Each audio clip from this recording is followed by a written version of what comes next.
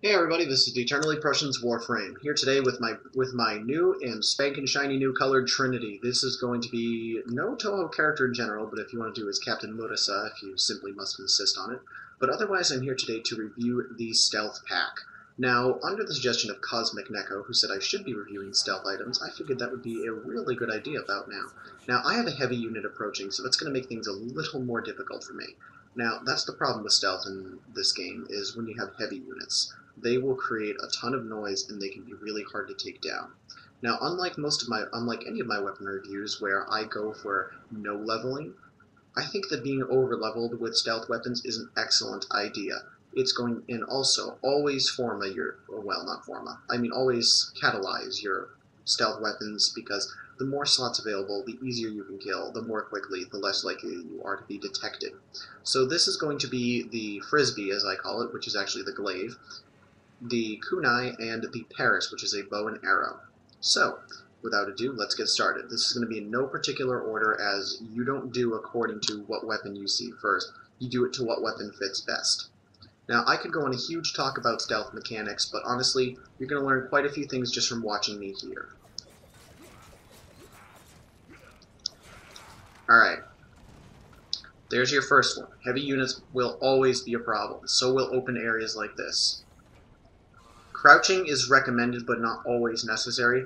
Sometimes you need those quick movements. Remember, you are a ninja. You are designed to move quietly. So even if you are walking, it just means that enemies have a bigger chance of seeing you, but that's if their back isn't turned or you're not behind cover. Just keep that in mind. So yes, it's true that crouching does help, but crouching isn't completely necessary. Not another heavy unit. These things will always cause problems. As I've said in my stealth mechanics update, half of the noise you get is from the noise you make. The other half of the noise is what the noise the enemy makes. So you're not going to always do just perfect just by having, your weapons on silence. That's only going to be half of the battle right there. If you want to do a stealth run, which I don't think I'm going to be doing this whole time, or if I do, I'm not going to be recording the whole thing. Last time I decided I would do a stealth recording with these weapons, it took me over 10 minutes to get the whole recording done, and that's ridiculous. Okay, so now is a situation where I'd use my Paris. Alright. Now, if enemies die, and they're not right in front of the enemy won't notice. That was way too close. Oh, crap! That's right in my face. And with the amount of noise he's making... Oh man, even the Kunai don't oh man, even that doesn't silence him anymore. Alright.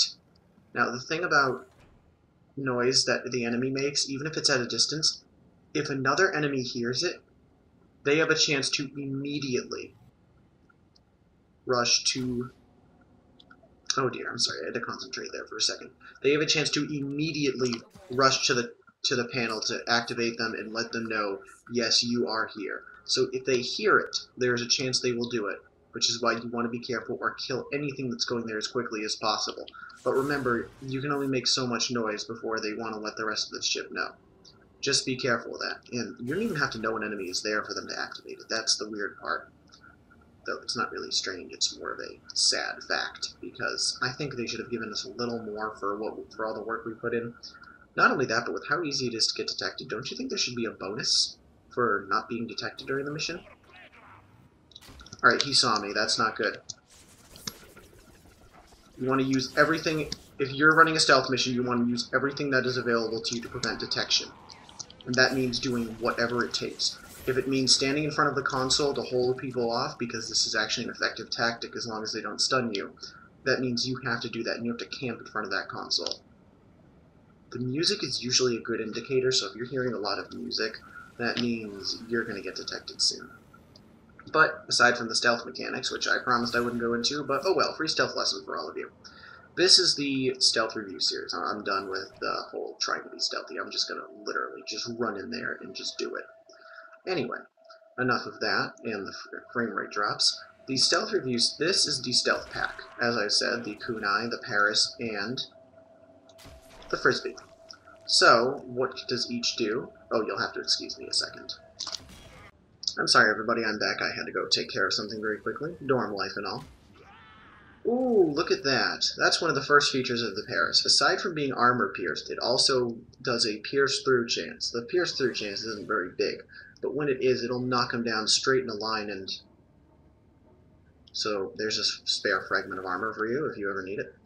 They just go right through, and it is a completely silent kill. However, be aware that this has to be a one-hit kill. If you take more than one hit to kill an enemy, even if it's immediately after, there's a chance you'll be detected. So you want to make these as powerful and over-leveled as possible. These also pin people to walls, which is pretty amusing to look at. Despite what you see here, this is with Speed Trigger and Serration. And Serration you're not going to need until you're in your, say, 20s or so. That's when you're really going to start needing it. When you're not aiming for the head, aim for the head as often as possible. Learn also about arrow flight and try to predict your enemy's patterns. Arrow flight is... I use a bow and arrow in real life, so for me it's very easy. Just take a few firing shots and you'll eventually get down what the arc is for your arrow, so you'll know how to use it. This is a compound bow if any of you are curious about what type of bow this is. I also own a compound bow, so again, I understand the arrow flight path, which, as I've mentioned before, is something you should probably understand to begin with. Any of your powers will normally get you detected, so you're pretty much going to see this trinity, pretty much no powers, except on the target.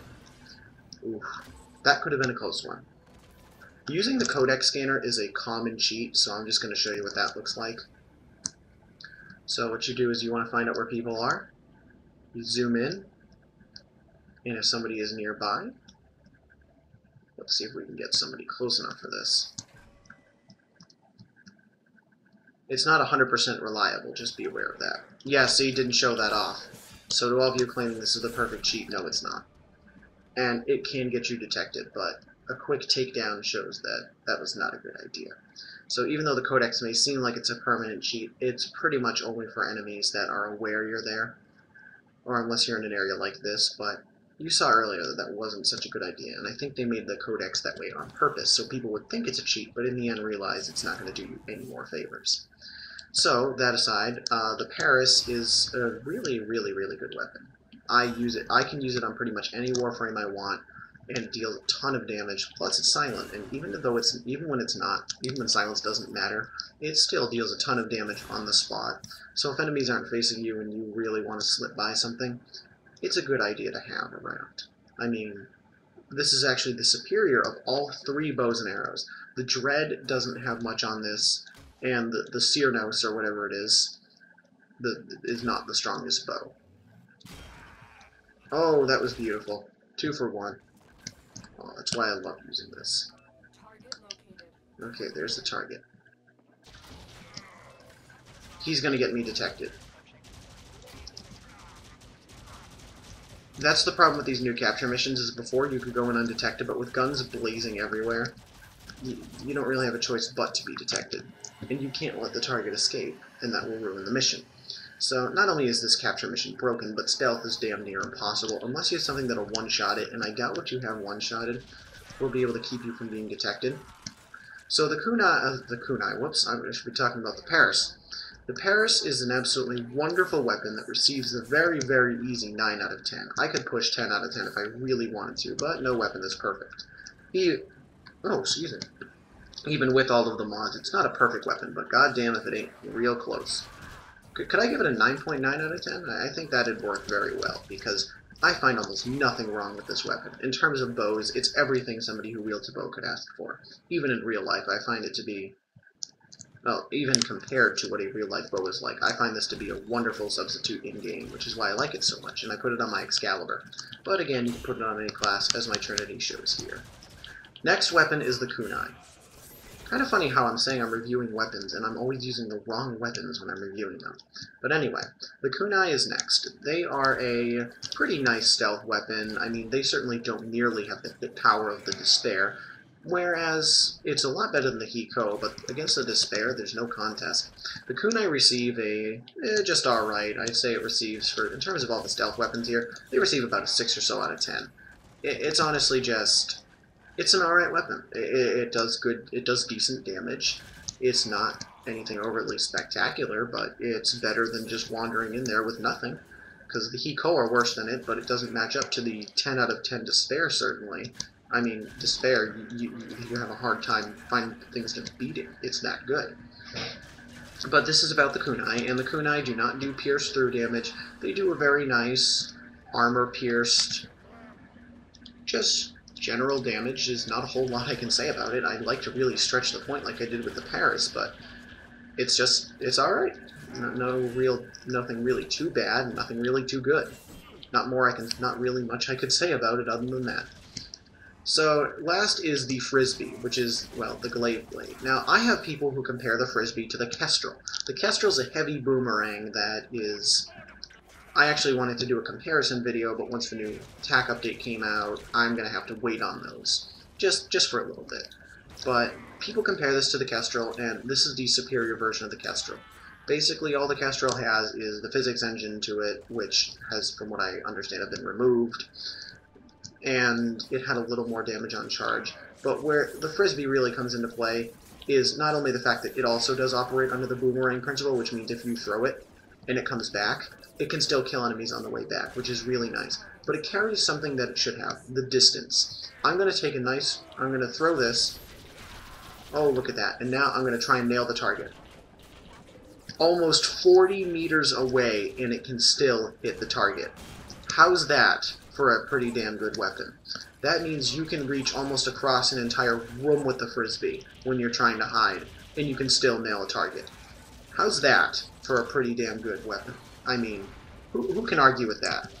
In terms of Kestrel versus Frisbee versus whatever other throwing objects they release, I say this receives a very, very nice 8 out of 10. It's not perfect, and it bounces a lot, but once you either add the bounce to make it more deadly and hit more targets, or remove the bounce so it hits less, you'll find that this weapon is really, really cool. Of course it sucks crap as a melee weapon, it's a boomerang. You don't smack people with a boomerang.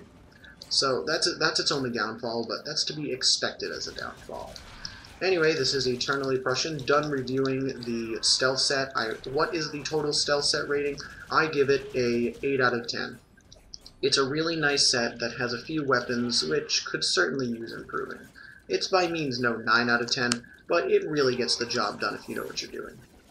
So, with that in mind, what's coming up next? Well, Know Your Allies mag is certainly in the works, and everything associated with that it's halfway done right now.